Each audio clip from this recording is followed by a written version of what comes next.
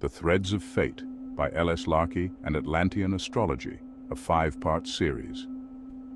Chapter 4. Knowledge and Understanding.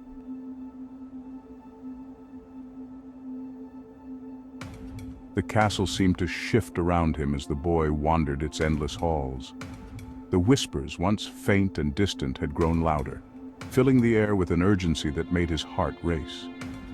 The castle's stone walls seemed to close in, thick with tension, as though they too held secrets waiting to be uncovered. The boy knew that more threads awaited him, each one a piece of the mystery surrounding his father.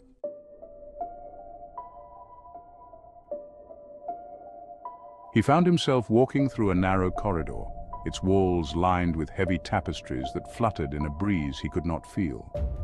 The light was dim, casting long shadows across the floor, and the whispers echoed around him, urging him forward.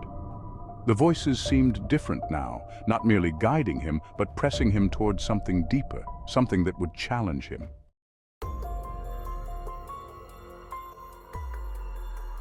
At the end of the corridor stood a door, smaller than the others, its wood dark and weathered, as though it had been there for centuries, forgotten by time.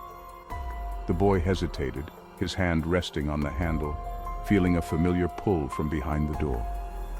This thread felt different, more intense than those he had discovered before. It was not simply a part of his father's soul. It was something more profound, something he needed to grasp fully before he could move forward.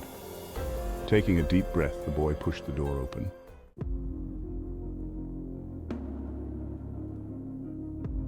Inside, the room was circular, its walls lined with shelves crammed with ancient books and scrolls.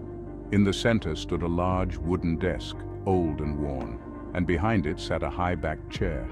The air was thick with the scent of parchment and ink, a strange warmth radiating from the very walls. The boy stepped closer to the desk, his eyes drawn to a single open book lying in the center, its pages blank save for one line of shimmering text.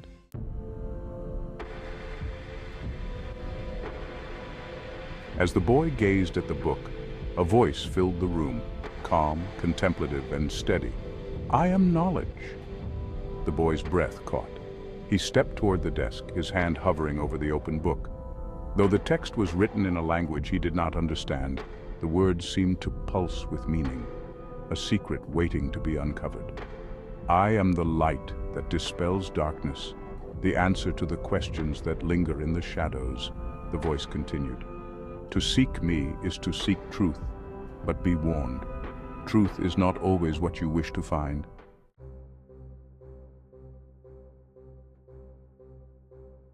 The boy hesitated, his heart racing. He had always thought of knowledge as a gift, something to be cherished and pursued. But now, standing before this book, he felt an unfamiliar sense of foreboding. There was a weight to the knowledge this room held, and the boy wasn't sure he was ready to bear it. With a steady hand, he reached out and touched the page. Suddenly, a flood of images filled his mind. Flashes of his father standing tall and proud, his eyes filled with both wisdom and sorrow. The boy saw glimpses of battles fought, of decisions made in moments of great consequence. He saw his father holding the threads the boy now sought, weaving them into the very fabric of the castle itself. "Knowledge is power," the voice said, its tone unwavering. "But power comes with responsibility. Your father knew this well.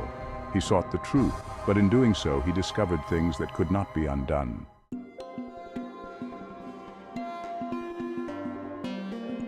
He turned to leave the room, but just as he reached the door, he heard another whisper. Softer this time, almost hesitant. "Wait." The boy paused, glancing back toward the desk. On the far shelf, hidden among the books and scrolls, was a small, simple box glowing faintly with a golden light. The boy approached it slowly, his heart pounding in his chest. He could feel the pull of the next thread, but this one felt different, more inviting, warmer, and full of insight. He lifted the box from the shelf, its weight surprisingly light in his hands. As he opened the lid, a soft glow filled the room, and a voice melodic and steady spoke directly to his mind.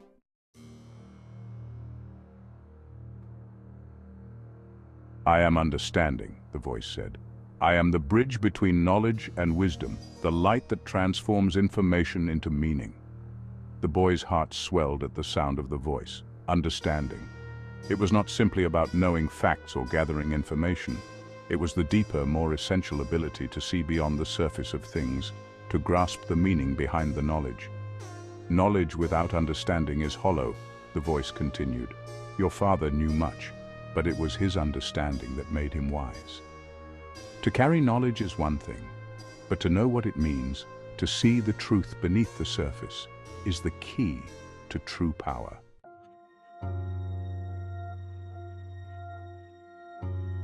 The boy felt the weight of those words settle over him. His father had not only sought knowledge, he had sought to understand, to see the world not just as a collection of facts and figures, but as a complex web of meanings and truths. Without understanding, knowledge was empty, little more than a series of disconnected pieces. But with understanding, it became whole, became something real, something that could change the world. As he held the thread of understanding in his hand, the boy realized that this was what had made his father great. It wasn't just his pursuit of knowledge, it was his ability to understand what that knowledge meant, how it could be used, and how it could shape the lives of others. Slipping the thread of understanding into his pocket, the boy felt a profound sense of peace.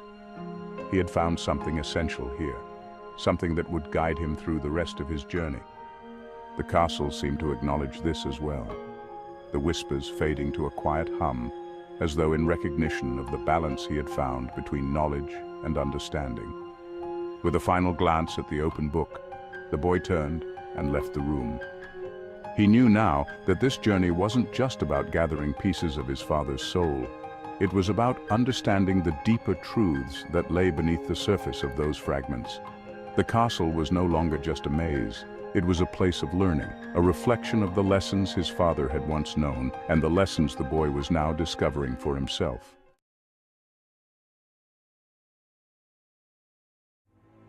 But as the boy approached the grand staircase that led to the lower levels of the castle, he felt a new presence, a shadow that lingered at the edges of his mind, cold and distant. He knew what it was before the voice even spoke. "I am wisdom," the voice said, its tone deep and ancient. "I am the balance between light and dark, the knowledge that transcends understanding." The boy's breath caught in his throat. Wisdom, the final piece. The staircase before him seemed to stretch into darkness, its steps worn and uneven. The boy knew that the final thread awaited him at the bottom, but he also knew that wisdom was not an easy gift to receive. It came with its own burdens, its own responsibilities. Taking a deep breath, the boy descended the stairs, the weight of the threads in his pocket pulling him down, deeper into the heart of the castle.